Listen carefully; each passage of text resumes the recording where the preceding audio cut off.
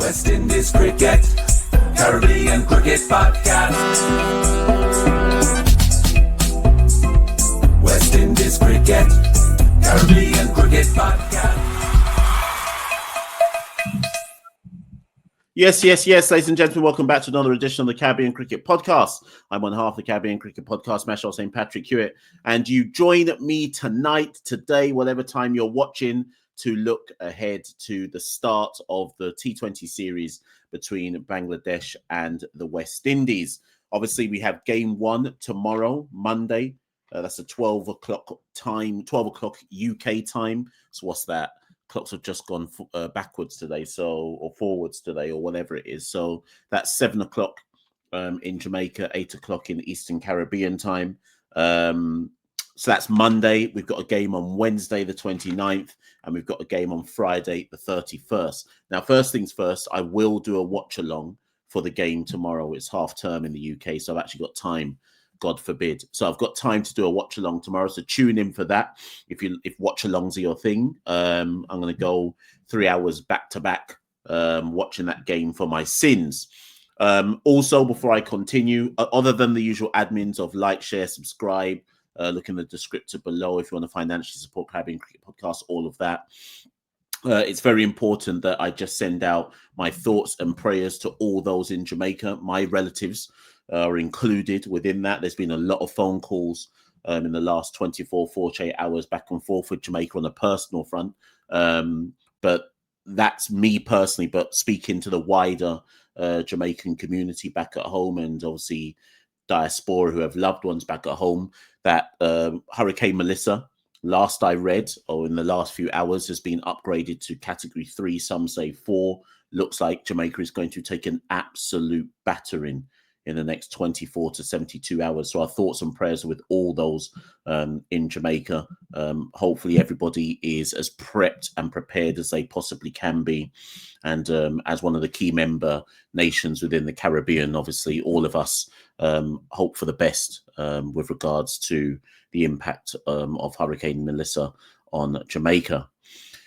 Looking ahead to the Bangladesh series, therefore, let me just bring up the squad for those who don't know. What's the best way to do it? I always forget how to do this thing. Is it like this? There we go. The squad for the T20 series is as follows. This was the original squad. Obviously, there's been a few changes since.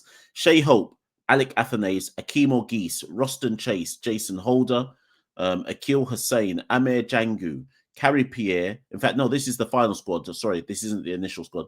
Carrie Pierre, Brandon King, Gudakesh Multi, Rovman Powell, Shafane Rutherford, Jaden Seals, Romario Shepherd, and Ramon Simmons. I think Simmons was in the original squad.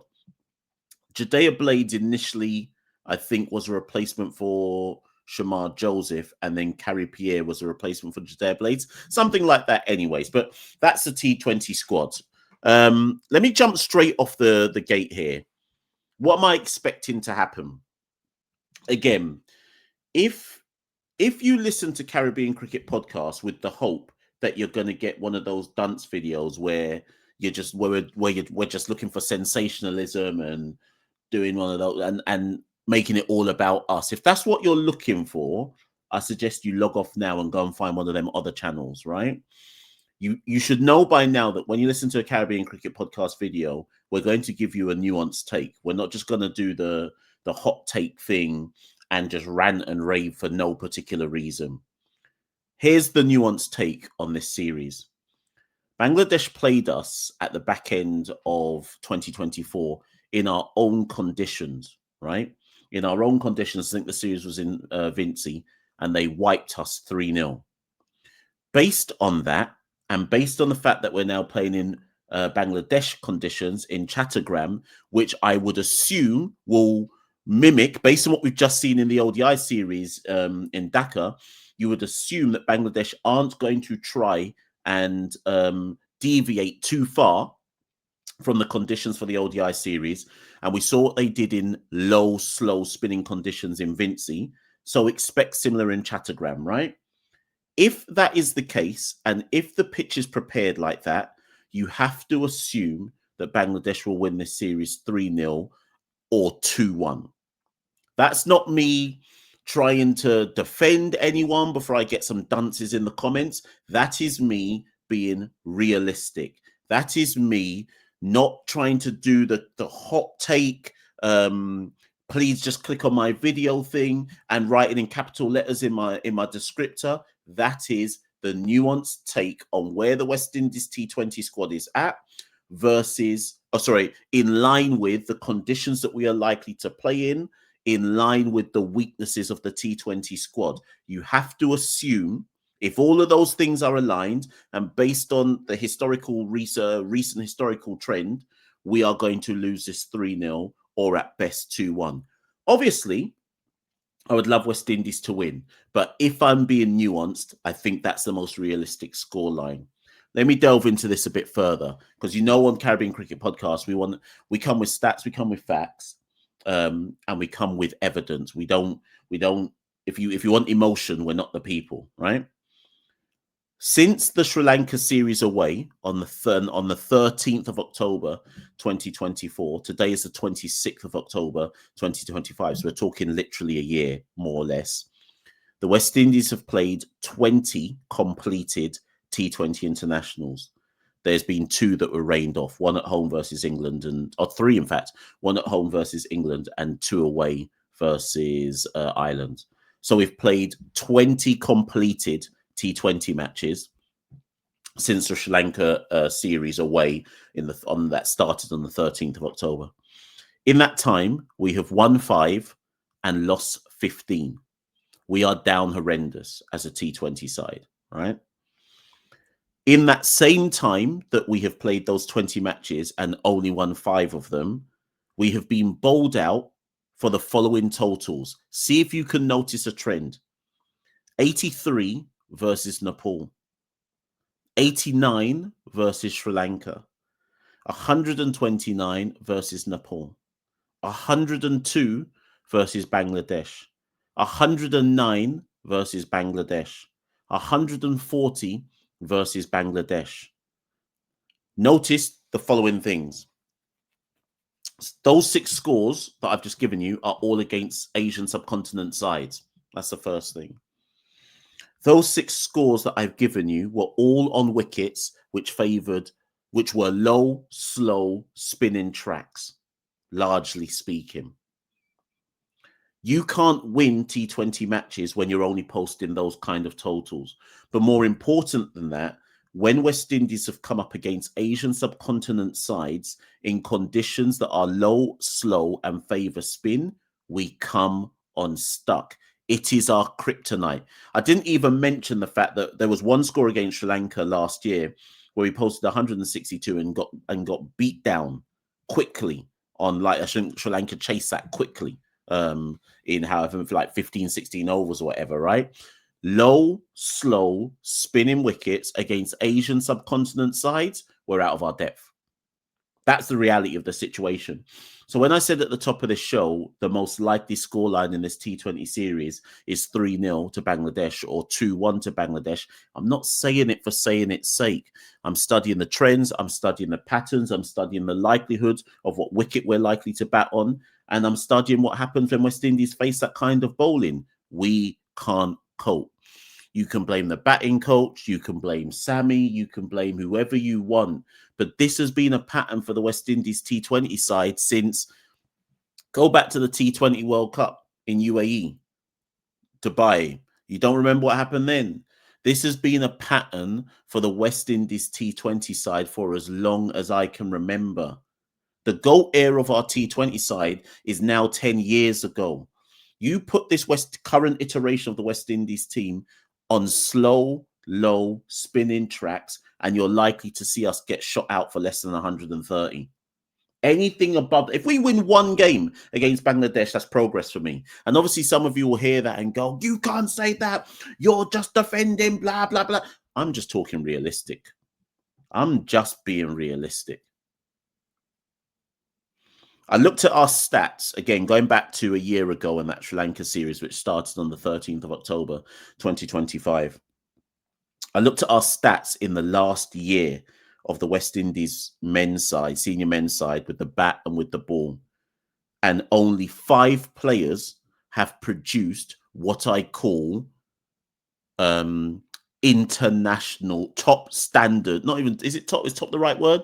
Only 5 players have produced the numbers in T20 cricket that I could say will put us up there. And when I say up there, I mean like in the middle of the pack in international men's T20. Listen to this.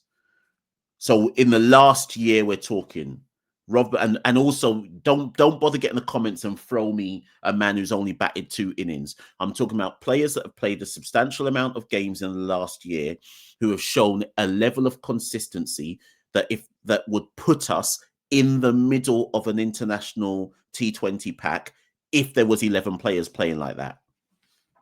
Rovman Powell in the last year has averaged 28 at a strike rate of 135.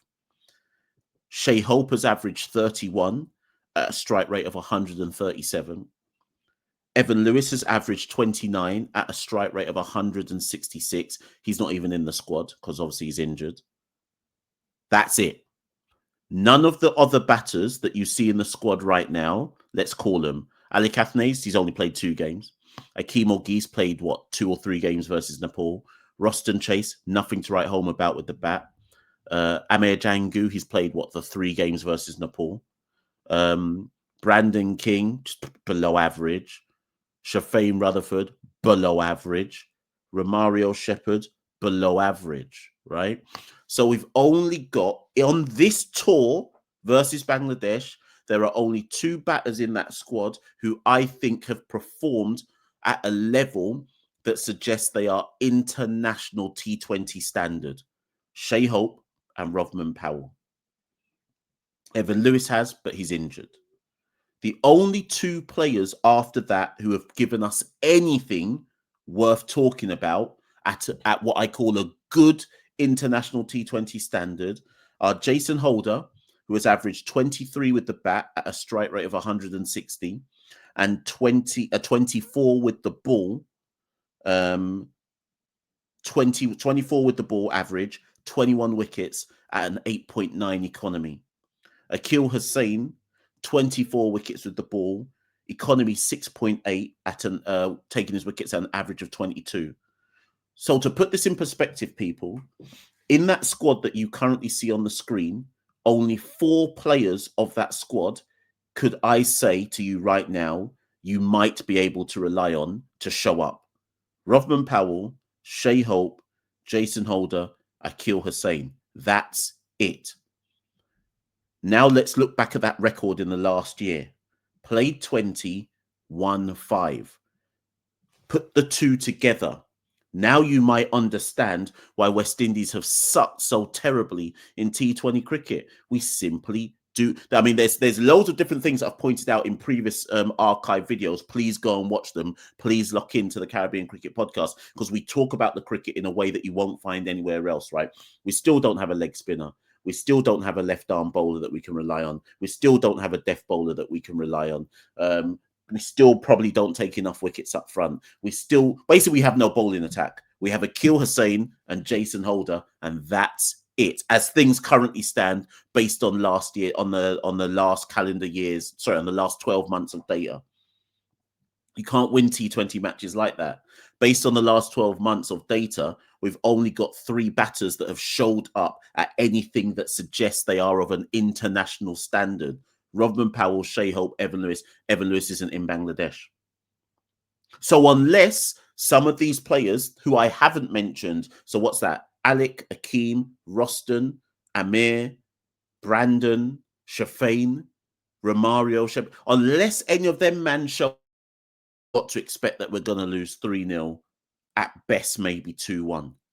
There's a reason why this T20 team has been in free fall. And the thing is, again, I say to people, you can sack this man, you can sack that man, but the players are still the players.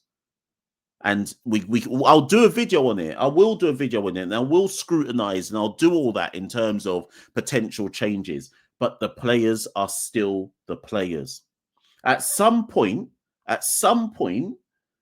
bunch of dunces in the Caribbean are going to have to accept that the players are still the players. And even if you think somebody else could get more out of this squad, what percentage more are you really talking? 1%? 1%, 2%? It ain't going to be 10%. I'm telling you that right now. The players are still the players. They need to. I've reached a point in my West Indian watching life where I'm like, hold on a minute. We have to start looking at the players and asking questions. That's not me throwing them under the bus. That's not me saying I don't rate man and I don't think this man can. There's none of that. I'm just saying at some point you have to look at the players and say, no, you have to raise standards though. Because it's too complacent out here.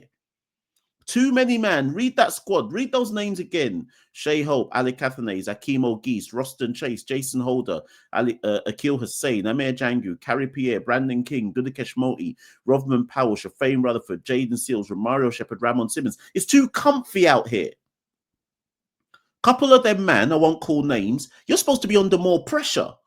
You're not supposed to be sitting comfy in a West Indies T20 squad, getting selected time after time after time after time. But it's too comfy. Not in terms of the atmosphere and the environment is too comfy. I mean, there's not enough players putting them under pressure.